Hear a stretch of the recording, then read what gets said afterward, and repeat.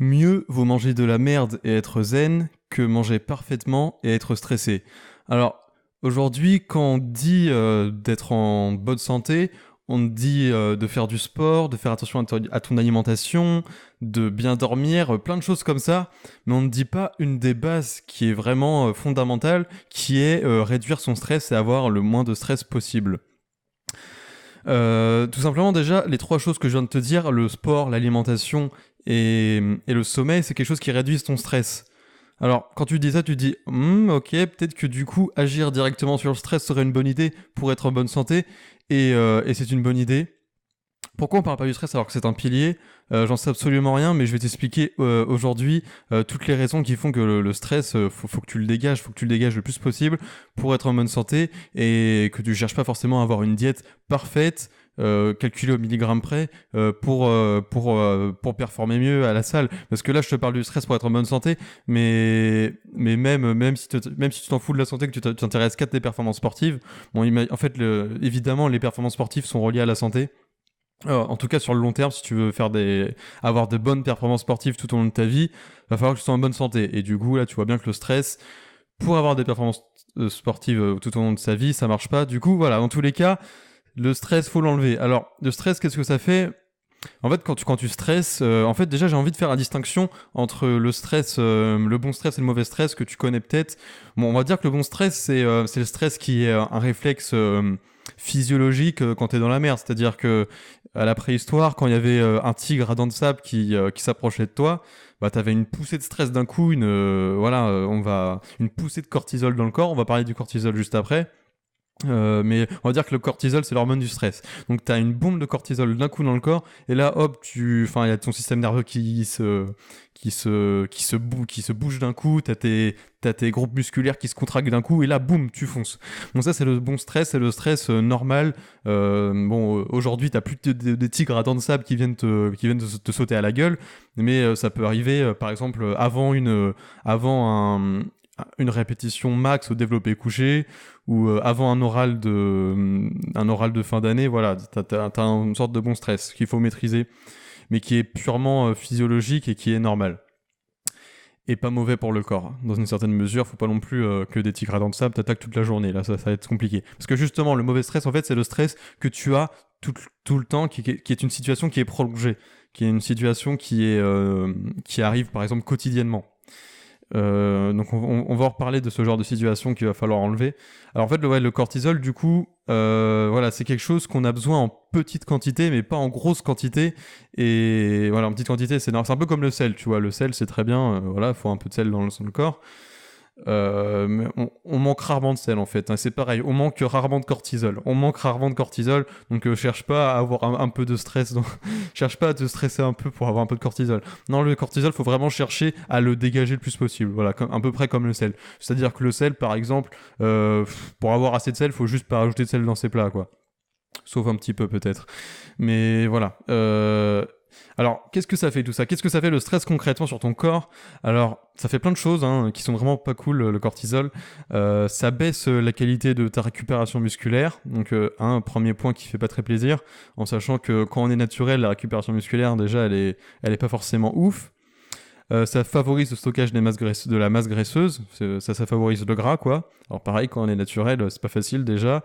Bref, c'est que des choses, tu vas voir, qui font que quand on est naturel, c'est déjà pas facile. Et puis en plus, si tu commences à stresser, il y a un truc marrant que je viens de me rendre compte là, c'est qu'un naturel stressé, il se fait baiser, mais autant si tu te dopes et que tu stresses, bah ça peut compenser, tu vois. C'est-à-dire que le dopage peut compenser ton stress énorme, tu vois. C'est assez marrant de voir ça comme ça.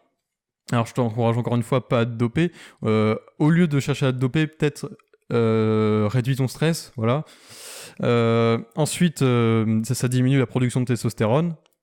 Donc ça illustre parfaitement ce que je viens de dire. Le stress diminue ta testostérone, donc tu peux te doper pour équilibrer tout ça. Non, évidemment c'est une blague, mais tu vois bien, c'est assez marrant tout ça. À quel point le dopage compense le stress d'une manière assez folle.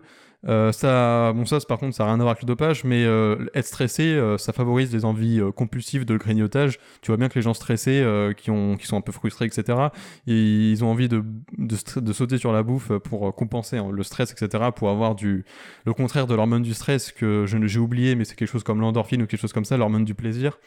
Voilà, ça compense.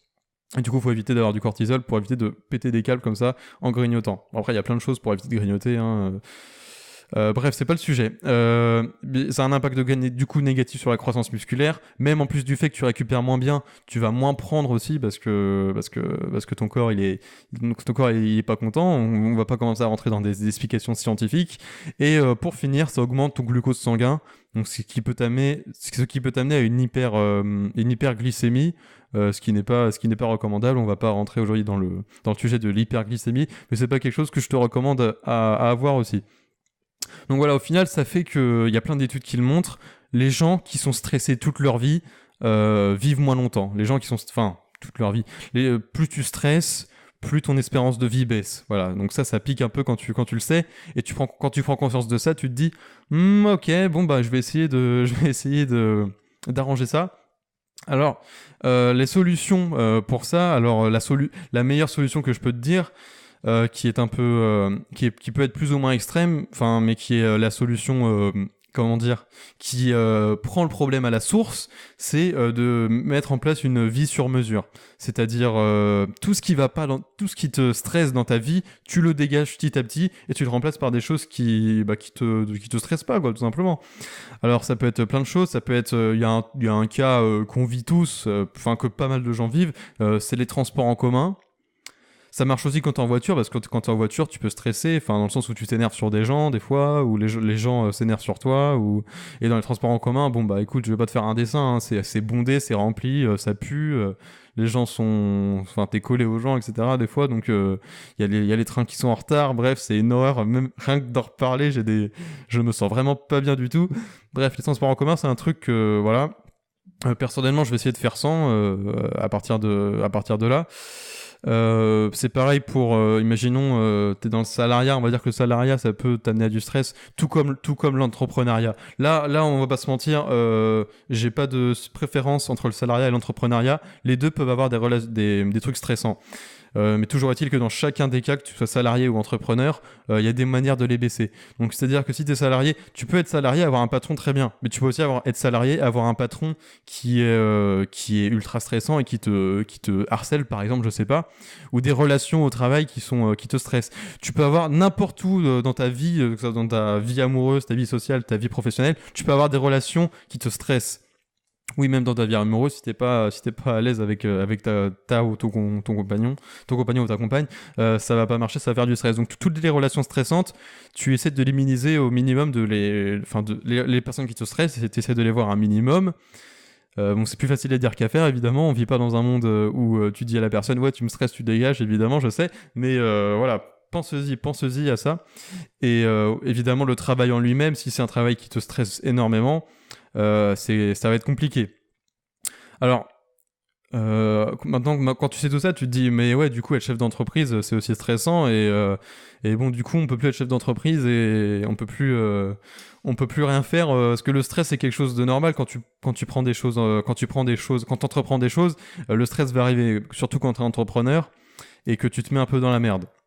Alors, il y a moyen d'être entrepreneur sans trop se mettre dans la merde. Alors, le pire moyen d'entreprendre... Enfin, non. La façon d'entreprendre pour bien stresser un max, c'est de faire une start-up. Le start-up, c'est le truc... t'as 95% de chances que ça marche pas. Donc, t'imagines bien que ça va stresser un max. Au passage, je voulais juste briser au passage le mythe de la start-up où tout est beau, tout est bien, c'est le monde des bisounours. Non, là, le monde des start-up, c'est un monde horrible. C'est un monde sans vergogne. C'est la jungle dans les start-up. Donc voilà, le stress pour les startups. Ce que je fais là actuellement, où j'ai pas encore commencé vraiment, et le fait de sortir une vidéo par jour et de sortir une formation toutes les 2 semaines. D'ailleurs, une formation arrive très bientôt, enfin la semaine prochaine. Ça fait que voilà, j'ai un niveau de stress qui est assez bas, évidemment. C'est quelque chose que j'ai mis en place. Mais évidemment, on peut être on peut choisir un mode de vie qui nous plaît mais qui nous stresse un peu. Et c'est là que intervient certaines pratiques qui peuvent apaiser ton stress. On va dire que la pratique de base, c'est la méditation tout simplement. C'est quelque chose que je ne suis absolument pas expert en méditation, je ne sais absolument pas ce que ça vaut, mais il paraît que ça marche très bien. C'est tout un monde, il faut être bien encadré. Tu sais, t'as tous les dérivés, t'as le yoga, t'as je sais pas, je connais pas les noms, j'y connais absolument rien. Mais voilà, si t'as une vie que tu trouves un peu stressante et que tu peux vraiment pas faire sans, bah pourquoi pas inclure de la méditation, tu sais. Bon après, encore une fois, je prends toujours, pour moi, le meilleur moment pour faire de la méditation, ce serait évidemment le matin, au réveil. Le réveil, c'est souvent un moment très stressant, tu sais, où enfin, moi, je fais plus ça, mais je sais qu'avant, tu sais, tu te lèves et tu te dépêches, tu vois, tu mets un réveil de sorte à dormir le plus possible, et dès que ton réveil se sonne, là, faut que tu te dépêches pour aller en cours. Voilà, donc ça évidemment c'est un réveil stressant, c'est un réveil, ça se voit, enfin ça se sent que c'est un réveil stressant. Donc à la place de ça, ce que tu pourrais faire, c'est mettre ton réveil, je sais pas, 15 minutes, une demi-heure avant, et faire une séance de méditation le matin, tu sais. Alors ce serait, voilà, pour moi ce serait quelque chose de royal si tu peux pas faire, si tu peux pas en fait, si tu peux pas agir directement sur la cause de tes problèmes, bah tu peux les compenser avec la méditation ou les choses comme ça. Et évidemment, les trois piliers de la santé, enfin les trois trucs de la santé qu'on te dit, enfin les trois piliers de la prise de masse musculaire, les trois piliers de tout qui sont le sport, l'alimentation et le sommeil, ces trois choses, c'est aussi très important pour le stress. Voilà, je dis qu'on parle pas assez du stress et qu'on parle trop de ces trois choses-là, mais ces trois choses-là influent énormément sur le stress, c'est un truc de malade. Enfin, le sport, enfin, tu le sais très bien. Enfin, moi, je sais très bien que si je ferais plus de sport, oh là là, putain, enfin, ce serait horrible, quoi. Je serais stressé, enfin, j'irais pas bien, mais ça, c'est quelque chose d'addictif, donc c'est encore autre chose. Mais voilà, le sport, ça te déstresse, c'est évident. Enfin, ça te calme. Tu vois ce que je veux dire? Si t'as une bonne alimentation, tu vas te sentir mieux, tu vas être détendu. Le sommeil, évidemment que le sommeil, le fait de bien dormir et tout, avoir des bons cycles de sommeil, ça réduit ton stress, tout ça. Et voilà, du coup, ces trois choses réduisent ton stress. Et en plus de ça, donc voilà, si tu veux avoir une excellente santé, du coup, voilà, il faut penser à ces trois piliers-là. Donc tu fais du sport, tu t'alimentes du mieux que tu peux en fonction de ce que tu lis, parce que tout le monde se contredit sur l'alimentation comme sur à peu près tout.